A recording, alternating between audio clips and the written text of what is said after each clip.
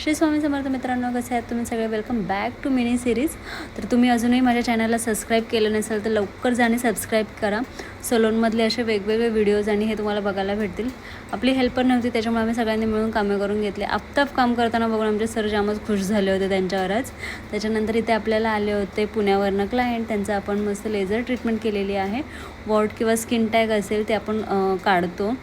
त्याच्यानं कोणतंही पेन होत नाही. पेन रिलीफ ट्रीटमेंट आहे आणि कोणत्याही प्रकारचे डाग राहत नाही. तुम्हालाही काही इन्क्वायरी असेल तर माझ्याशी नक्की संपर्क करा.